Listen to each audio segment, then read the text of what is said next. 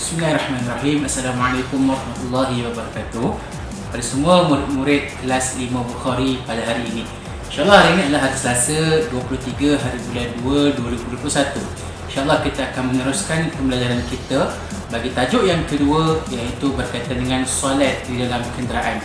Pada pelajaran yang pertama kita dah belajar berkaitan dengan solat bagi orang yang sakit. Pelajaran yang kedua kita akan belajar berkaitan dengan solat di dalam kenderaan. Baik, tanpa membuang masa, kita mulakan kelas kita pada petang ini dengan membaca doa belajar sebelum kita memulakan pelajaran. Mari sama-sama kita tanda tangan, kita mengaminkan doa. Bismillahirrahmanirrahim. Alhamdulillahirabbil alamin, wassalatu wassalamu ala asyrafil anbiya'i wal mursalin wa ala alihi wa sahbihi ajma'in.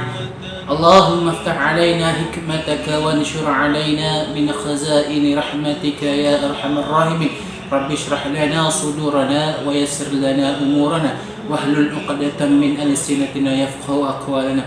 Rabbana hab lana min azwajina wa dhurriyyatina qurrata a'yunin waj'alna lil muttaqina imama. Rabbana atina fid dunya hasanah wa fil akhirati hasanatan wa qina 'adzaban nar. Wa sallallahu ala sayyidina Muhammad wa ala alihi wa sahbihi wa sallam. Walhamdulillahi rabbil alamin. Baiklah, semoga dengan pembelajaran kita pada hari ini, dengan doa yang kita bacakan pada hari ini, dapat memberkati sepanjang pelajaran kita, insya-Allah. Baiklah, seperti mana yang kita dah belajar pada minggu lepas, iaitu berkaitan dengan solat bagi orang yang sakit. Bagi murid yang tidak memahami lagi berkaitan dengan solat bagi orang yang sakit, boleh terus bertanya kepada muallim. InsyaAllah muallim akan bantu untuk menjawab persoalan-persoalan dan pertanyaan murid-murid sekalian.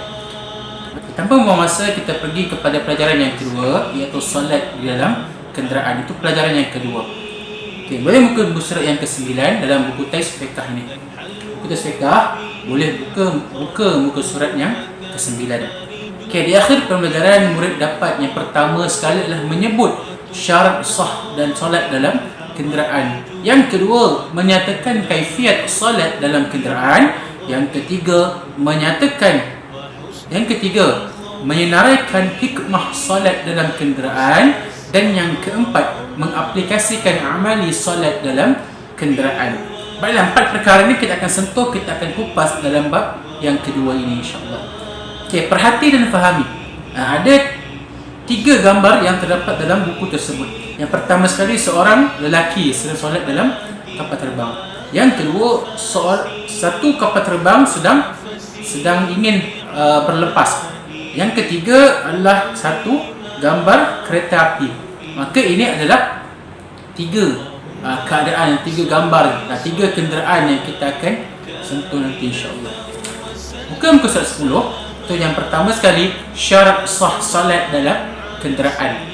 Okey, baca dan fahami. Ada 4 syarat sah dia. Yang pertama sekali adalah suci daripada hadas dan najis. Ini apabila kita ingin melakukan sesuatu ibadah, pastikan diri kita suci daripada hadas dan najis. Itu yang pertama sekali. Itu yang perkara yang penting.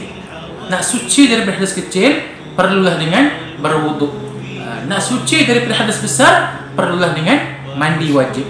Apa itu hadas kecil, apa itu hadas besar, kamu dah belajar masa tahun 2 dalam subjek fiqh tu. Ingat balik, recall balik apa yang kamu dah belajar sebelum ni. Kemudian yang kedua, ini pun penting juga, mengetahui masuknya waktu solat. Sama juga dengan solat bagi orang yang sakit. Bagaimana nak tahu masuk waktu? Mana sentuh sebelum ni. Seperti contoh yang pertama sekali dalam televisyen, yang kedua dalam radio, yang ketiga di corong-corong masjid dan juga surau dan sebagainya. Banyak cara-cara untuk kita mengetahui bagaimanakah masuknya waktu solat. Kemudian yang ketiga, menghadap kiblat. Ini juga penting dalam suatu ibadah. Bila kita nak menghadap Allah Subhanahu Wa Taala, makanya perlu untuk kita menghadap kiblat. Apa kiblat kita? Itu Kaabah. Menghadap kiblat. Yang keempat adalah menutup aurat. Kita ingin berjumpa dengan pencipta kita. Pencipta kita yang telah menciptakan diri kita, yang telah menciptakan segala yang ada di alam ini. Maka nak tak nak, kita perlu hormat, kita perlu bersopan dengan pencipta kita. Maka tutuplah aurat kita. Memang lelaki, aurat dia diparas pusat sehingga ke lutut. Tapi jika mana kita ingin berjumpa dengan pencipta, sopanlah kita. Pakailah pakaian lengkap dengan berbaju dengan seluar ataupun kain. Nak lagi cantik dengan kopiah. Itu lagi cantik sebenarnya. Kalau kita hanya berkain saja, sah tak solatnya? Sah. Tapi tak sopan, tak cantik. Orang Melayu kata tak beradab. Tu kita ni adalah orang timur, negara timur, maka kita kena beradablah dengan sesiapa sahaja yang kita jumpa, hatta dengan Allah Subhanahu Wa Taala sebagai pencipta kita. Ingat, setiap mukmin wajib menunaikan solat dalam waktu yang ditetapkan di mana jua dia berada. Jangan pula kita kat tandas kita solat, itu tempat yang kotor ataupun tempat yang tak bersih. Contohnya kita dalam keadaan dalam perjalanan yang jauh, kita dah sampai dah waktu zuhur. Waktu zuhur kita boleh jamakkan, kita boleh qasarkan bersama dengan solat asar. Tapi bila mana solat asar kita masih terperangkap dalam kesesakan lalu lintas, makanya berhentilah sebentar di tepi jalan paling kurang. Pastikan tempat itu bersih, tempat itu suci, maka solatlah di tempat tersebut. Nak lagi cantik, solatlah keluar. Solat sikit kita keluar dari kenderaan, kita ambil hamparkan sedikit contoh sejadah ataupun kain untuk kita lapikkan sebagai sejadah kita. Makanya solatlah di situ. Pastikan tempat tu bersih dah. Dan juga kita ambil wuduk. Kemudian jika mana tak boleh juga, tak ada tempat yang khusus untuk kita solat, maka solatlah dalam kenderaan. Yang ni kita akan belajar nanti, insya-Allah. Apa kaifiat dia, apa cara dia, kita akan ulas nanti insya-Allah. Baik, kita pergi kepada yang kedua di muka surat yang ke-11. Kaifiat solat di dalam kenderaan. Ini penting. Kaifiat solat dalam kenderaan. Kaifiat ni apa? Kaifiat ni adalah langkah-langkah ataupun cara-cara untuk kita menunaikan solat dalam kenderaan. Sebelum ni kita dah belajar berkaitan kaifiat solat orang sakit. Kita dah belajar kaifiat solat duduk, kaifiat solat baring mengiring, kaifiat solat baring menentang. Kaifiat ni apa? Kaifiat ni adalah cara ataupun langkah ataupun step, langkah-langkah untuk kita solat di dalam kenderaan. Jangan ada lagi yang tanya apa itu kaifiat. Okey, apa kaifiat solat dalam kenderaan? Buka muka surat yang ke-11, murid-murid boleh lihat yang pertama sekali, niat berserta takbiratul ihram. Niat apa? Niatlah solat yang kita ingin lakukan. Yang kedua membaca suratul Fatihah dan mana-mana surah. Suratul Fatihah adalah satu rukun. Kemudian yang ketiga, rukuk. Rukuk macam mana? Tundukkan sedikit kepala. Boleh lihat dalam gambar yang ada di sebelah tu. Tundukkan sedikit kepala kita. Kemudian yang keempat, i'tidal. Angkat semula kepala kita daripada rukuk tersebut. Kemudian yang kelima, sujud. Sujud macam mana? Lebihkan sedikit kepala kita daripada kedudukan rukuk tadi. Tengok gambar yang sebelah tu. Kemudian yang keenam, duduk antara dua sujud. Macam mana duduk antara dua sujud? Angkatkan kepala kita seperti kedudukan i'tidal tadi. Cumanya beza dia dengan i'tidal ialah dengan tangan kita berada di atas paha. Kemudian kita sujud semula, dan sujud kemudian kita. Okey, yang ketujuh membaca tahiyat akhir. Tahiyat akhir kita baca at-tahiyatul barakallahu kepada fil alamin innaka hamidum majid. Dan yang ke-8 ataupun yang terakhir, memberi salam. Itu memberi salam, assalamualaikum warahmatullahi. Contoh muallim ingin solat subuh dalam kenderaan, makanya kita baca niat kita yang pertama sekali adalah baca niat berserta takbiratul ihram. Bayangkanlah ini adalah kenderaan muallim, makanya muallim duduk, solat secara duduk dalam kenderaan. Solatlah salli fardhu subhi rak'ataini adaan lillahi ta'ala, Allahu akbar. Solat bacalah suratul Fatihah. Bismillahirrahmanirrahim. Alhamdulillahi rabbil alamin. Arrahmanir rahim. Maliki yaumiddin. Iyyaka na'budu wa iyyaka nasta'in. Ihdinas siratal mustaqim. Siratal ladzina an'amta 'alaihim ghairil maghdubi 'alaihim waladdallin. Amin. Baiklah, bacalah mana surah yang kita ingin bacakan. Kemudian kita rukuklah sikit, tundukkan kepala kita.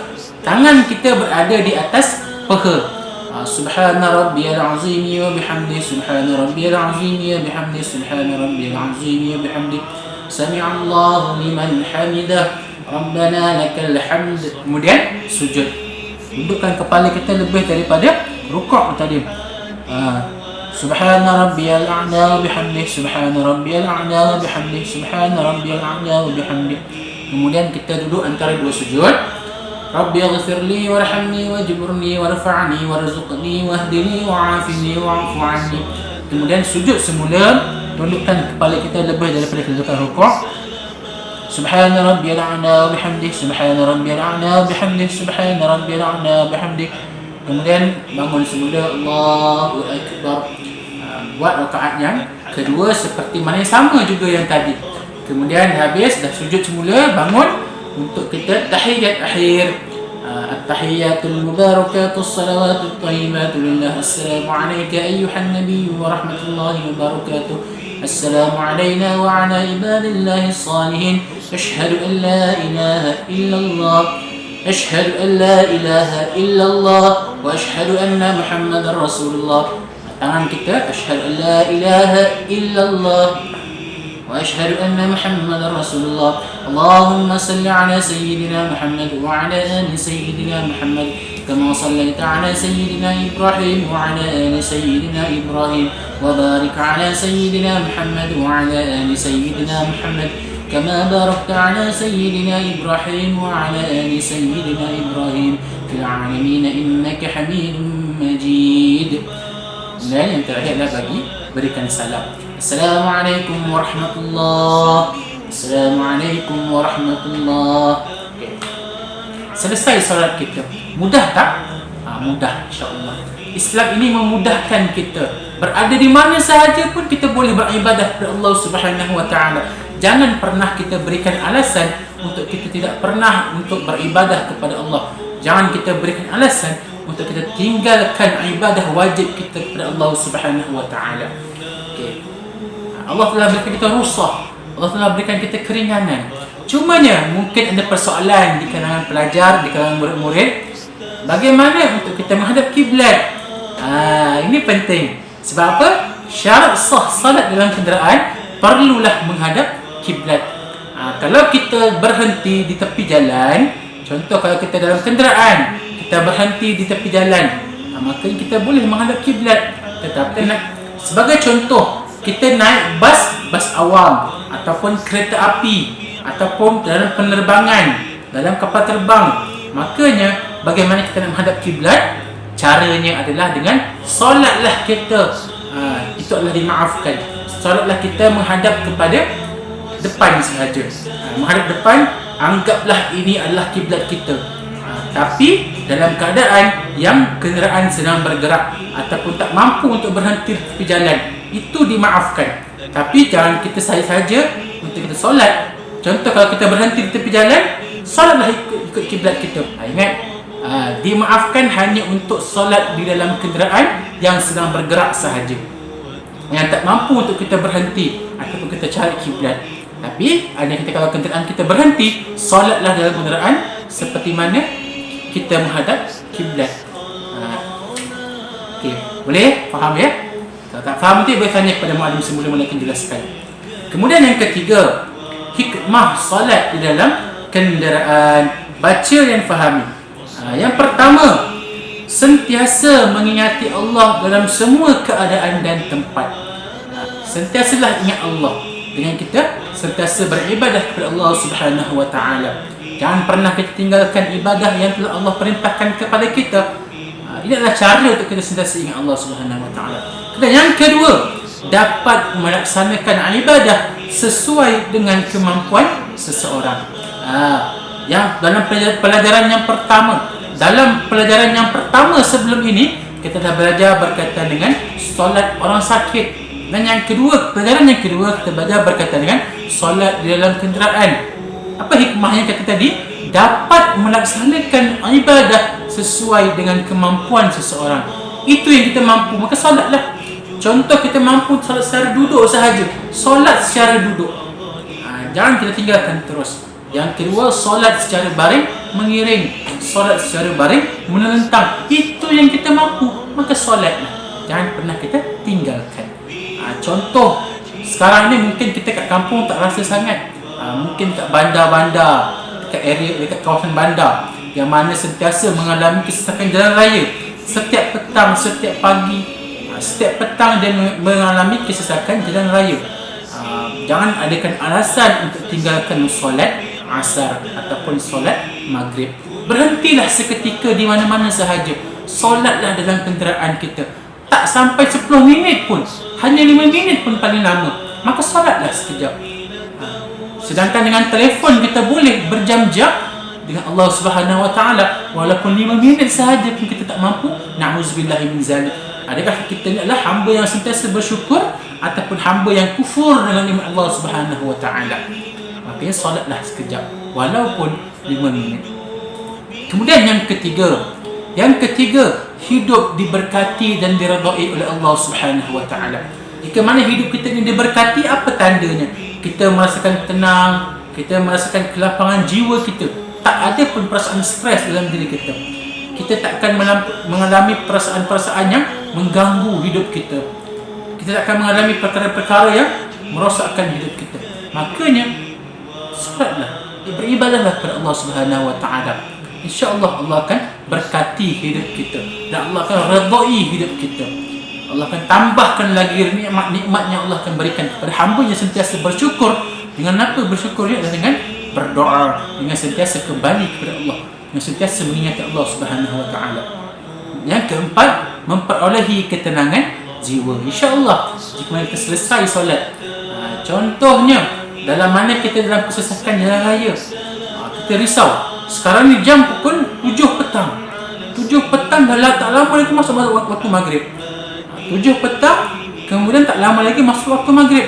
Sedangkan aku dalam kesesakan jalan raya. Risau dia. Pukul berapa nak solat ni? Makanya solatlah sekejap.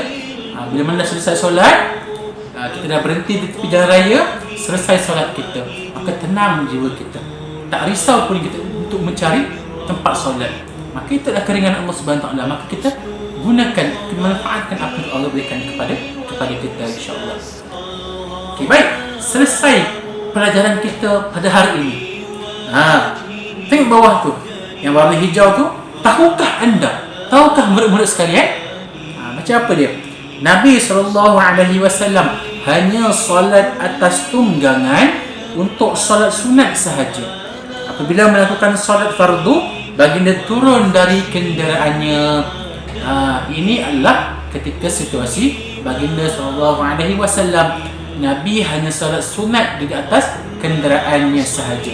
Tapi bila solat fardu, Nabi berhenti, Nabi turun daripada tunggangannya, Nabi solat di situ.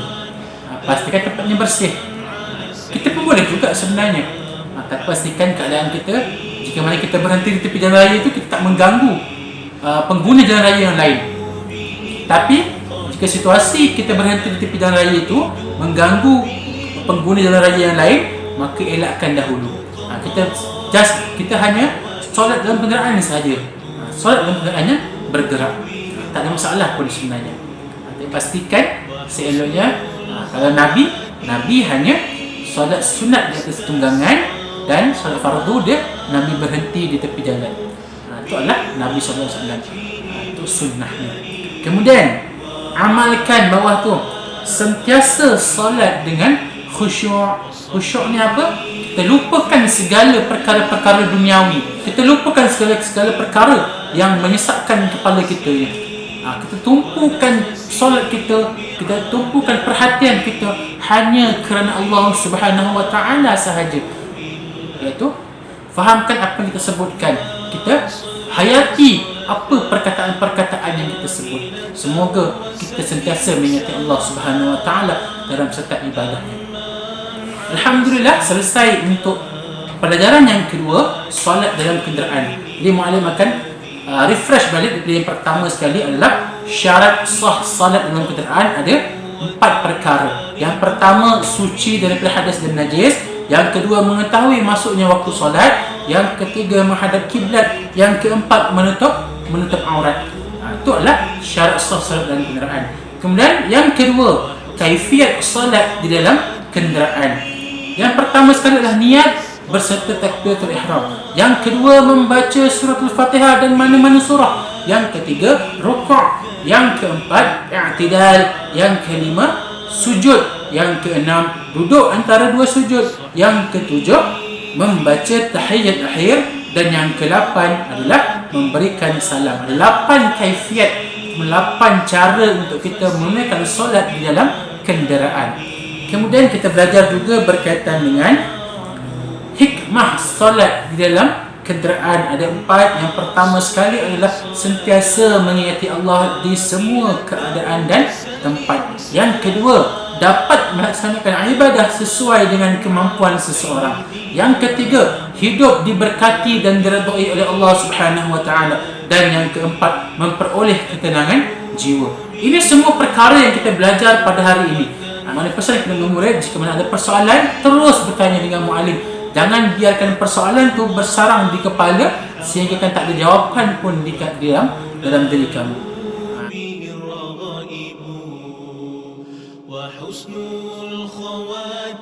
Baiklah, tugasan pelajaran yang kedua, solat dalam kenderaan. Murid boleh buka buku inovatif fiqh tahun 5, buka muka surat yang keempat, muka surat yang kelima, muka surat yang keenam. Buka muka surat 4, muka surat 5, muka surat 6 dan buat jawapan tersebut. Muallim minta untuk semua murid jujur pada diri sendiri. Setelah selesai menonton video ini, pastikan kamu buat latihan dalam buku inovatif tanpa melihat buku teks. Muallim nak lihat kefahaman kamu, bukannya kamu tengok buku. Kalau kamu tengok buku, bermakna itu bukannya latihan, tapi itu adalah menyalin sahaja. Pastikan, muallim tak kisah untuk kamu salah mengeja, tapi pastikan apa yang kamu eja itu ada makna yang muallim boleh faham. Bukannya tulis apa-apa tapi muallim tak faham jawapannya. Kita bukannya subjek Jawi. Kalau subjek Jawi, dia perlu 100% betul ejaannya. Tapi kalau subjek fiqh ataupun tauhid, dia perlu muallim faham jawapannya, insya-Allah kamu boleh dapat markah. Tapi kalau kamu muallim tak faham jawapannya, bermakna tiada markah lah bagi kamu. Ingat juga kepada murid-murid, pastikan kamu menghantar tugasan kamu pada 25 hari bulan 2 2020 pada hari Khamis. Hantar tugasan fiqh pada 22 hari bulan 2 2021 pada hari Khamis jam 12 tengah hari sebelum bermulanya kelas tauhid. Kegagalan kamu untuk menghantar tugasan bermakna kamu akan ditulis sebagai tidak hadir kelas fiqh pada minggu ini. Jadi ya, muallim pesan elok-elok, muallim pesan awal-awal supaya hantar tugasan pada 25 hari bulan 2 2021 pada hari Khamis jam 12 tengah hari sebelum bermulanya kelas tauhid pada hari tersebut. Okay, wallahu a'lam. Sekadar itu sahaja kelas kita pada hari ini. Ma asabaka min hasanatin fa min Allah wa ma asabaka min sayyi'atin fa min nafsik. Aqulu qawli hadza wa astaghfirullahal azim li wa lakum.